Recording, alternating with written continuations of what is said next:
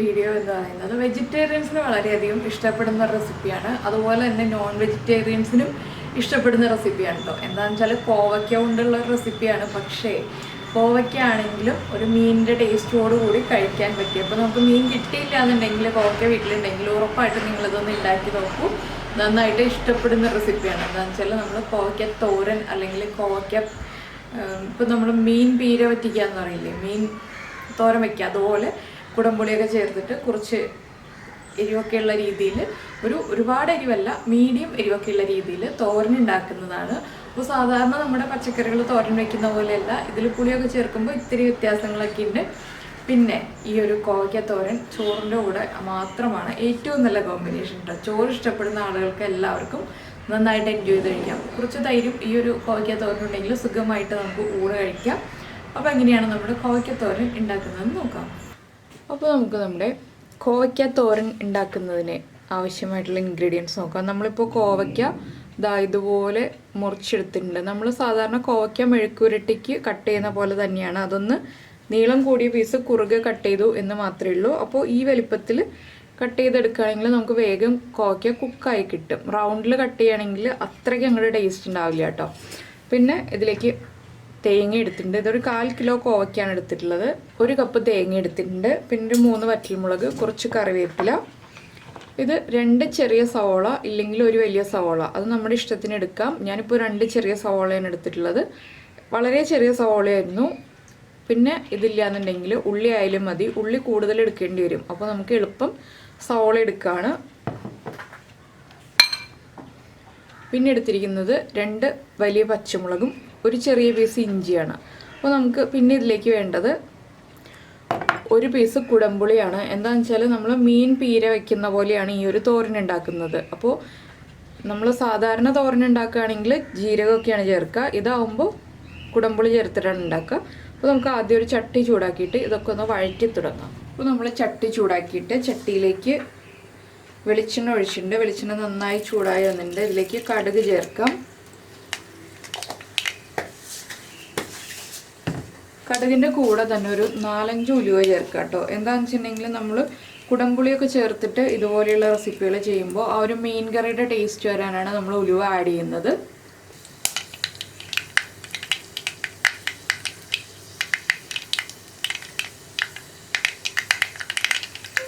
അപ്പോൾ ഇങ്ങനെയുള്ള റെസിപ്പികൾ മൺചട്ടിയിൽ ചെയ്യുകയാണെങ്കിൽ ടേസ്റ്റ് കൂടുതലായിരിക്കും. നമ്മൾ മീൻ പീര വറ്റിക്കുക എന്ന് പറയില്ല, നമ്മൾ മീൻ പീര വയ്ക്കുന്നതും ഇതുപോലെ തന്നെ മൺചട്ടിയിലാണ്. അതിനൊരു പ്രത്യേക ടേസ്റ്റാണ്. മാക്സിമം മൺചട്ടിയിൽ തന്നെ ചെയ്യുകയാണെങ്കിൽ നമ്മുടെ ആ ഒരു നാടൻ ടേസ്റ്റ് കിട്ടും.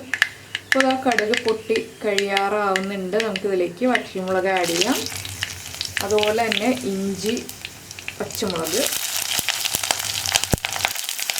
ഞാൻ പച്ചമുളക് കുറച്ച് വലിയ പീസായിട്ട് കട്ട് ചെയ്തിട്ടേ ഉള്ളൂ. എന്താണെന്ന് വെച്ചാൽ എടുത്ത് മാറ്റണം എന്നുണ്ടെങ്കിൽ നമുക്ക് എടുത്ത് മാറ്റാൻ എളുപ്പത്തിലായിട്ട്. ഇതൊന്ന് കുക്കായി വരുമ്പോൾ നമുക്ക് ബാക്കിയുള്ള കാര്യങ്ങൾ ആഡ് ചെയ്യാം. കറിവേപ്പില,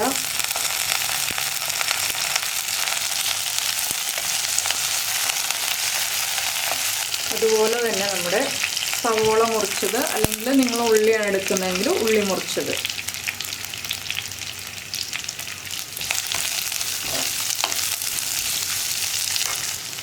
ഇനി ഇതിലേക്ക് നമുക്ക് കുറച്ച് ഉപ്പ് ചേർക്കാം. ഈ സവോള ഒന്ന് വേഗം കുക്കായി കിട്ടാനാണ് ഉപ്പ് ചേർക്കുന്നത്.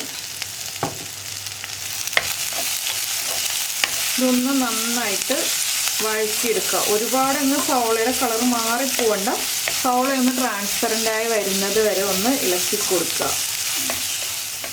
ഇപ്പോൾ നമ്മുടെ സവോള ഒന്ന് കുക്കായി തുടങ്ങുന്നുണ്ട്. ഇത്രയും മതി കേട്ടോ. ഇനിയിപ്പോൾ ഞാൻ ഫ്ലെയിം കുറയ്ക്കുകയാണ്. നമുക്കിതിലേക്ക് വേണ്ട പൊടികൾ ആഡ് ചെയ്യാം. നമ്മളിപ്പോൾ ചേർക്കുന്നത് ഒരു 3/4 ടീസ്പൂൺ മഞ്ഞൾപ്പൊടി. അതുപോലെ തന്നെ നമ്മൾ പച്ചമുളക് ചേർത്തിട്ടുണ്ടെങ്കിലും കുറച്ച് കളറിനും ഒക്കെ ആയിട്ട് 1 ടീസ്പൂൺ കാശ്മീരി ചില്ലി പൗഡർ ചേർക്കാം. അപ്പോൾ എരിവുള്ള മുളക് പൊടിയാണെങ്കിൽ 1/2 ടീസ്പൂൺ മതി കേട്ടോ. ഒരുപാട് അങ്ങോട്ട് എരിവായിട്ടുണ്ടെങ്കിൽ ടേസ്റ്റ് അത്ര ഉണ്ടാവില്ല. കുറച്ച് എരിവ് മതി. എന്താണെന്ന് വെച്ചാൽ മെയിൻ പച്ചമുളകിൻ്റെ എരിവാണ് നമുക്ക് വേണ്ടത്. പിന്നെ ഈ ഒരു മുളക് പൊടിയുടെ കളർ വന്നാലേ നമ്മുടെ ഈ ഒരു തോരൻ കാണാൻ ഭംഗി ഉണ്ടാവുള്ളൂ. അതുകൊണ്ടാണ്. ഇനി ഈ പൊടികളൊന്ന് നന്നായി കുക്കായി വരുന്നത് ഓരോന്ന് ഇളക്കി കൊടുക്കുക. പിന്നെ നിങ്ങൾക്കിതിൽ കുടംപുളി താല്പര്യമില്ല എന്നുണ്ടെങ്കിൽ തക്കാളി ചെറുതായിട്ട് മുറിച്ചിട്ട് ചേർക്കാം കേട്ടോ. ചില ആളുകൾക്ക് കുടംപുളി ഇഷ്ടമുണ്ടാവില്ല. അങ്ങനെ ആകുമ്പോൾ തക്കാളി ചേർത്തിട്ടുണ്ടെങ്കിൽ കുഴപ്പമില്ല. നമുക്ക് ആ ഒരു ചെറിയൊരു പുളി ടേസ്റ്റ് കിട്ടണം എന്ന് മാത്രമേ ഉള്ളൂ. ഞാനിപ്പോൾ ഇതാ ഒരു 1.5 ടീസ്പൂൺ വെള്ളത്തിൽ ഒരു പീസ് പുളിയാണ് ഇട്ട് വെച്ചിരിക്കുന്നത്. ഇത് മതി നമുക്ക്, അധികം പുളി വേണ്ട. പിന്നെ ചില ആളുകൾക്ക് പുളി അധികം ഇഷ്ടമായിരിക്കും. അങ്ങനെയാണെങ്കിൽ നമ്മുടെ ടേസ്റ്റ് അനുസരിച്ച് പുളിയുടെ അളവിൽ വ്യത്യാസം വരുത്തുക. അപ്പോൾ നമ്മുടെ പൊടികളൊക്കെ ഒന്ന് കുക്കായി തുടങ്ങുന്നുണ്ട്. നമുക്കിതിലേക്ക് മുറിച്ച് വെച്ചിരിക്കുന്ന കോവയ്ക്ക ആഡ് ചെയ്യാം. ഇനി കോവയ്ക്കയും കൂടി ചേർത്തിട്ട് ഒന്ന് നന്നായിട്ട് ഇളക്കി മിക്സ് ചെയ്യുക. കോവയ്ക്കും ആവശ്യമായിട്ടുള്ള ഉപ്പ് നമ്മളിപ്പോൾ ചേർക്കണം.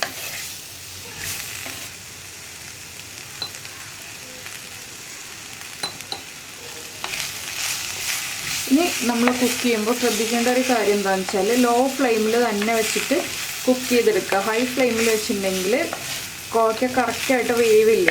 അപ്പോൾ ലോ ഫ്ലെയിമിൽ വയ്ക്കുക, ഇടയ്ക്കിടയ്ക്ക് ഒന്ന് ഇളക്കി കൊടുക്കുക. ഒരു 10 മിനിറ്റ് ടൈം എടുത്തിട്ടുണ്ടെങ്കിൽ കോവയ്ക്ക കുക്കായി കിട്ടും. പിന്നെ നമ്മൾ കട്ട് ചെയ്യുന്നതിൻ്റെ ആ ഒരു തിക്നെസ് അനുസരിച്ച് കുക്കിംഗ് ടൈമിൽ വ്യത്യാസം വരാം. കുറച്ച് തിക്കായിട്ടാണ് കട്ട് ചെയ്യുന്നതെങ്കിൽ ഉടനെ തന്നെ കുക്കായി കിട്ടില്ല. നമ്മൾ കുറച്ച് തിന്നായിട്ട് കട്ട് ചെയ്യുമ്പോൾ വേഗം തന്നെ കുക്കായി കിട്ടും.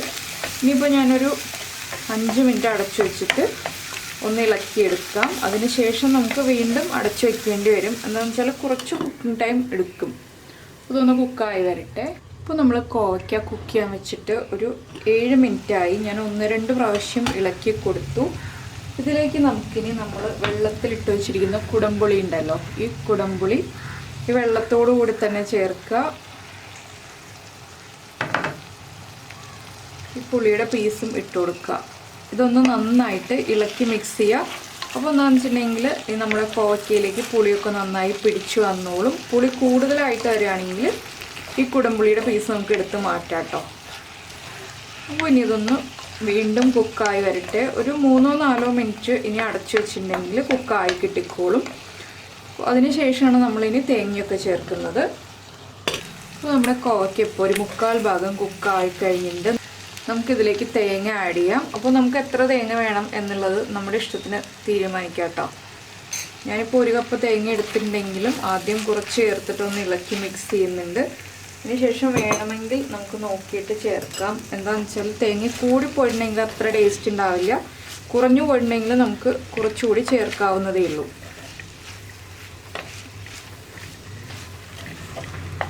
അപ്പോൾ ഞാൻ ഇത്രേ എടുക്കുന്നുള്ളൂ, ഒരു 1/4 കപ്പേ ചേർത്തിട്ടുള്ളൂ. ഇനി ഈ തേങ്ങയും കൂടി ചേർത്തിട്ട് നന്നായിട്ടൊന്ന് ഇളക്കി അടച്ചു വയ്ക്കുക. ഈ സമയത്ത് നമ്മൾ ഉപ്പൊക്കെ ചെക്ക് ചെയ്യുക. ഉപ്പ് കുറവാണെങ്കിൽ ഉപ്പ് ആഡ് ചെയ്ത് കൊടുക്കുക. അതുപോലെ എരിവ് കുറവാണെന്നുണ്ടെങ്കിൽ നമുക്ക് ഒരു പച്ചമുളകും കൂടി ഒന്ന് മുറിച്ചിട്ട് ഇതിലേക്ക് ചേർക്കാം. അപ്പോൾ നന്നായിട്ട് എരിവൊക്കെ പിടിച്ചു വന്നോളും. അപ്പോൾ ഒരു 4 മിനിറ്റും കൂടി ഇതുപോലെ ഇരുന്നിട്ട് കുക്കാവട്ടെ. ലോ ഫ്ലെയിമിൽ തന്നെ വയ്ക്കണം. അപ്പോൾ നമ്മൾ തേങ്ങ ചേർത്ത് അടച്ചു വെച്ചിട്ട് 4 മിനിറ്റ് ആയി. ഇനി നമുക്കൊന്ന് ഇളക്കി മിക്സ് ചെയ്തെടുക്കാം. അപ്പോൾ നമ്മുടെ കോവയ്ക്കൊക്കെ കുക്കായിട്ടുണ്ട്.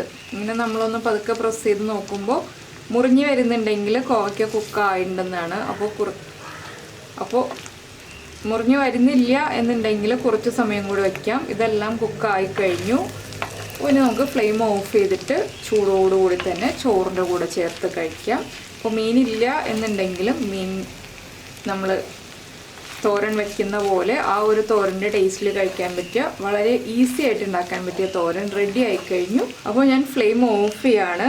ഇനിയിപ്പോൾ ഫോട്ടോ ഒക്കെ എടുക്കട്ടെ. അപ്പോൾ നമ്മുടെ ചാനൽ നിങ്ങൾ ആദ്യമായിട്ട് കാണുകയാണെന്നുണ്ടെങ്കിൽ നമ്മുടെ വീഡിയോ പ്രസൻറ്റ് ചെയ്യുന്ന രീതിയൊക്കെ ഇഷ്ടപ്പെട്ടു എന്നുണ്ടെങ്കിൽ ഒന്ന് സബ്സ്ക്രൈബ് ചെയ്യുക. സബ്സ്ക്രൈബ് ചെയ്യുന്നതിനോടൊപ്പം തന്നെ ആ സബ്സ്ക്രൈബ് എന്ന ബട്ടൻ്റെ തൊട്ട് റൈറ്റ് സൈഡിലുള്ള ബെല്ലൈക്കണും കൂടെ ഒന്ന് ക്ലിക്ക് ചെയ്യുക. അപ്പോൾ ഞാൻ എല്ലാ ദിവസവും വീഡിയോ അപ്ലോഡ് ചെയ്യുമ്പോൾ നിങ്ങൾക്ക് നോട്ടിഫിക്കേഷൻ വരും. പിന്നെ ബെല്ലൈക്കൺ ക്ലിക്ക് ചെയ്യുമ്പോൾ പ്രത്യേകം ശ്രദ്ധിക്കേണ്ട ഒരു കാര്യം എന്താണെന്ന് വെച്ചാൽ ഓൾ എന്ന് പറഞ്ഞിട്ടൊരു ഓപ്ഷൻ വരും. ആ ഓളും കൂടി പ്രസ് ചെയ്താലേ നോട്ടിഫിക്കേഷൻ വരുള്ളൂ. ഇല്ലെങ്കിൽ ചിലപ്പോൾ നോട്ടിഫിക്കേഷൻ വരാൻ സാധ്യത കുറവാണ്. ഇടയ്ക്ക് നോട്ടിഫിക്കേഷൻ വരാറില്ല, അതുകൊണ്ടാണ്.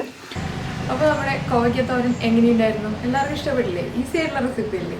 അപ്പോൾ ഇടയ്ക്ക് എപ്പോഴും നമ്മളിതുപോലെ ഈസി ആയിട്ടുള്ള റെസിപ്പികളും ഇടയ്ക്ക് കുറച്ച് ബുദ്ധിമുട്ടുള്ള റെസിപ്പികളും എന്താണെന്ന് വെച്ചാൽ നമ്മൾ ബുദ്ധിമുട്ടിയാൽ നമുക്ക് ടേസ്റ്റ് കൂടുതലുള്ള റെസിപ്പികളൊക്കെ ഉണ്ടാക്കാൻ പറ്റുള്ളൂ. പിന്നെ ഒരു കാര്യം കൂടി പറയാനുള്ളത് എന്താണെന്ന് വെച്ചാൽ നമ്മുടെ വ്ളോഗിങ് ചാനലിനെ കുറിച്ചാണ്. അപ്പോൾ പുതിയതായിട്ട് നമ്മുടെ വീഡിയോ കാണുന്നവരും നമ്മുടെ വീഡിയോ നേരത്തെ മുതൽ കണ്ടുകൊണ്ടിരിക്കുന്നവരും നമ്മുടെ പുതിയ ചാനൽ സബ്സ്ക്രൈബ് ചെയ്തിട്ടില്ലെങ്കിൽ ഉടനെ ഒന്ന് സബ്സ്ക്രൈബ് ചെയ്ത് നമ്മളൊന്ന് സപ്പോർട്ട് ചെയ്യുക. അതുപോലെ തന്നെ നിങ്ങളുടെ കമൻറ്റ്സ്, നിങ്ങൾക്ക് കാണാൻ താല്പര്യമുള്ള വീഡിയോകൾ ഏതൊക്കെയാണെന്നുള്ളത് നിങ്ങൾ കാണുന്ന വീഡിയോകളുടെ താഴെ ഒന്ന് കമൻറ്റ് ചെയ്യുകയും ചെയ്യുക കേട്ടോ. എന്താണെന്ന് വെച്ചാൽ ഏതൊക്കെയാണ് നിങ്ങൾക്ക് ഇഷ്ടം എന്ന് എനിക്ക് അറിയാൻ വേണ്ടിയാണ്. അതുപോലെ തന്നെ പിന്നൊരു കാര്യം പറയാനുള്ളത്, നിങ്ങൾക്ക് ഞാനൊരു വാട്സാപ്പ് നമ്പർ ഈ വീഡിയോയിൽ കൊടുക്കുന്നുണ്ട്. നിങ്ങൾക്ക് എന്തെങ്കിലും ഡൗട്ട്സ് ഉണ്ടെന്നുണ്ടെങ്കിലോ കുക്കിങ്ങിനെ കുറിച്ചുള്ള ഡൗട്ട്സോ അല്ലെങ്കിൽ എന്നെ എന്തെങ്കിലും അഭിപ്രായങ്ങൾ അറിയിക്കാനുണ്ടെന്നുണ്ടെങ്കിലോ ആ ഒരു വാട്സാപ്പ് നമ്പറിൽ വാട്സാപ്പ് ചെയ്യുക, ഞാനതിന് റിപ്ലൈ തരുന്നതായിരിക്കും. അപ്പോൾ നമുക്ക് നമ്മുടെ അടുത്തൊരു വീഡിയോയുമായിട്ട് അടുത്ത ദിവസം